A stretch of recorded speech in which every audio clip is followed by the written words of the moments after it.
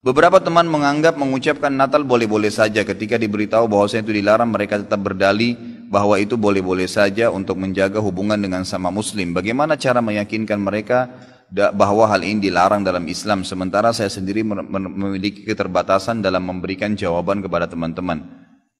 Berkaitan dengan dua pertanyaan di atas, apakah kita berdosa jika membiarkan hal tersebut? Misal ketika ada teman muslim yang menganggap mengucap selamat Natal boleh, kita hanya diam saja. Tentu nggak boleh ya, itu harus ingkar mungkar. Orang-orang muslim yang mengatakan bahwasanya boleh saja mengucapkan selamat Natal, saya berani sumpah ikhwah, orang ini tidak punya ilmu agama dan imannya masih sangat tipis. Nggak bisa saudaraku, mengucapkan selamat Natal kepada orang Nasrani sama mengatakan selamat Allah punya anak. Bagaimana bisa Anda berani ya, mengatakan Allah punya anak? Itu kalimat yang sangat berat, jangan gitu. Tidak boleh. Allah subhanahu wa ta'ala itu la syarikalah, tidak ada sekutu baginya. Lam yalid walam yulad, tidak beranak dan tidak diperanakkan. Dan Allah subhanahu wa ta'ala telah mengkafirkan orang-orang Nasrani dalam surah Al-Ma'idah. A'udzubillahi minasyaitonirrajim, laqad kafara alladziina qalu innallaha tsalitsu tsalatsa. Allah telah kafir orang-orang Nasrani yang mengatakan trinitas. Nggak boleh. Ngucapin selamat berarti selamat atas keyakinan kalian yang Allah sudah cap mereka kafir dengan itu. Bagaimana bisa dikatakan untuk menjaga hubungan dengan mereka? Kalau Anda menjaga hubungan dengan orang non-muslim, orang Nasrani dengan berteman, bertetangga, partner bisnis, kan gitu. Orang tua kita yang kafir kita silaturahim, tetap berbakti padanya. Kerabat-kerabat yang masih non-muslim kita silaturahim, jenguk kalau sakit, membantu orang miskin mereka. Boleh saja. Tidak ada yang larang dalam Islam itu. Tapi jangan sama sekali berhubungan dengan masalah keyakinan dan ibadah mereka. Nggak boleh memang dalam masalah ibadah. Allah mengatakan, ini tadi subhanallah saya pikir antum sudah tahu nih. Ya, makanya saya ulangin lagi sebab turunnya surah Al-Kafirun. Al-Mughirah telah datang kepada Nabi SAW mengatakan, wahai Muhammad, Mekah kita bagi dua saja. Sehari buat kamu, sehari buat kami. Kata Nabi SAW, saya belum faham, coba jelaskan lagi. Kata dia, sehari Muhammad, kau dukung ibadah kami. Kau ucapkan selamat buat kami. Kau ikutin ajaran-ajaran agama kami. Sehari lagi besok kami ikutin agamamu, kami ucapkan selamat untukmu. Kami dukung ibadahmu. Apa jawaban Nabi SAW? Sehari-sehari. Biar adil. Kata Nabi SAW, tidak boleh. Kata dia, wahai Muhammad, sehari buat kami. Dukung kami, ucapkan selamat buat kami, ikutin ritual kami. Seminggu buat kamu. Kata Nabi SAW, tidak boleh.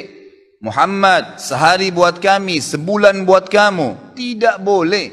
Sehari Muhammad buat kami, setahun buat kamu. Tidak boleh, kata Nabi SAW. Terakhir, hai Muhammad, sehari buat kami, seumur hidup buat kamu.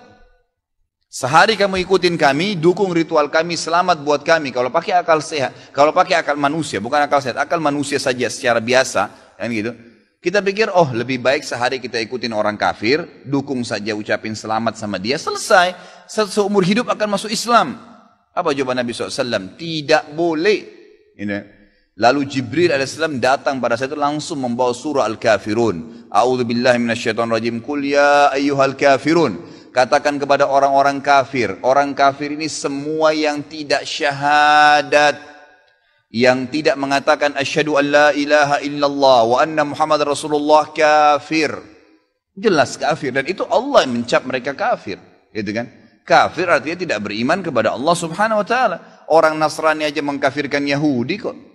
Itu. Yahudi mengkafirkan Nasrani, mengkafirkan Muslim. Kenapa orang Muslim nggak bisa mengkafirkan? Karena sementara kita jelas-jelas meyakini kenabian Musa, meyakini kenabian Isa alaihissalam.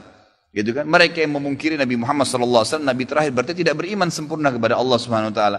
Dan sudah banyak ayat Quran menjelaskan masalah itu. Gitu kan? Kata Allah Subhanahu Wa Taala, ya, Qul ya ayyuhal kafirun la a'budu ma ta'budun. Semua Yahudi, Nasrani, Majusi, penyembah api, penyembah gunung, penyembah pohon, penyembah apa saja, semua selain yang tidak syahadat ini, saya tidak ikut-ikutan acara ritual kalian, tidak akan ucapin selamat buat kalian, tidak akan pakai atribut-atribut kalian, dan kalian juga tidak usah repot-repot ikutin agama saya, nggak usah. Kita nggak butuh Nasrani. Saya tanya, pada saat sholat Idul Fitri, ada orang Nasrani ikut-ikutan, Idul Adha, gitu kan? Mereka berurus dengan agamanya sendiri. Kenapa orang Muslim pusing dengan acara ritualnya orang lain? Diulangi lagi. Ya, setelah dikatakan kalian tidak usah ikut-ikutan, saya tidak usah ikut-ikutan juga, diulangi lagi. Wala antum ma'budun ma'bud, wala ana 'abidun ma'abadtum, wala antum ma'budun. 2 kali diulangi.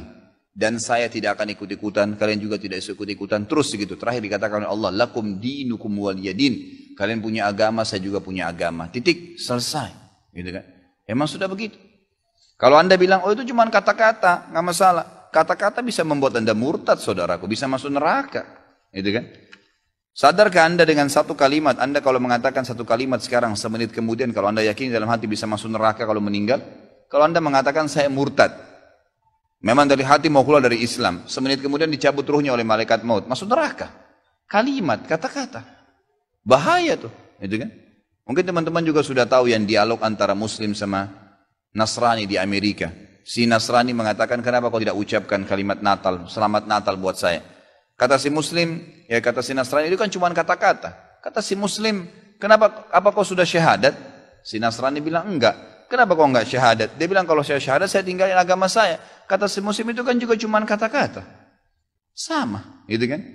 Jadi enggak boleh. Tapi hal-hal yang ditoleransikan dalam agama, silahkan. Tadi saya bilang berteman, bertetangga, silahkan. Tapi jangan dukung masalah ibadahnya. Enggak boleh. Sampai pernah ditanya kepada Syekh Bimbas, apa hukumnya orang-orang, mohon maaf ini teman-teman kita, semoga Allah berikan hidayah yang belum tahu, yang menjadi security menjaga gereja misalnya, atau orang-orang yang menjadi tukang parkirnya karena lagi banyak mobil, halalkah pendapatannya? Bolehkah itu? Fatwa ulama tidak boleh. Karena ada hadis Nabi SAW yang berbunyi, kalau ahli kitab, khusus Yahudi dan Nasrani terutama, kalau mereka sedang beribadah di tempat ibadah mereka, jauhilah. Karena laknat Allah sedang turun. Hadis Nabi SAW. Kenapa nggak bisa cari rezeki di tempat lain? Subhanallah. Rezeki itu sudah dibagi oleh Allah SWT. Hati-hati saudaraku, gitu kan? Jadi orang yang mengatakan seperti ini karena tidak paham agama. Bagaimana bisa dia mengatakan Tuhan punya anak? Gitu kan? Jadi tidak boleh sama sekali ikhwah. Yang nggak boleh. Jadi kita harus tahu mana yang boleh dan mana yang tidak boleh. Dan Anda wajib ingkar mungkar. Ingatkan apa yang saya sampaikan tadi. Kalau juga dia tidak mau dengar, selesai, gugur kewajiban Anda.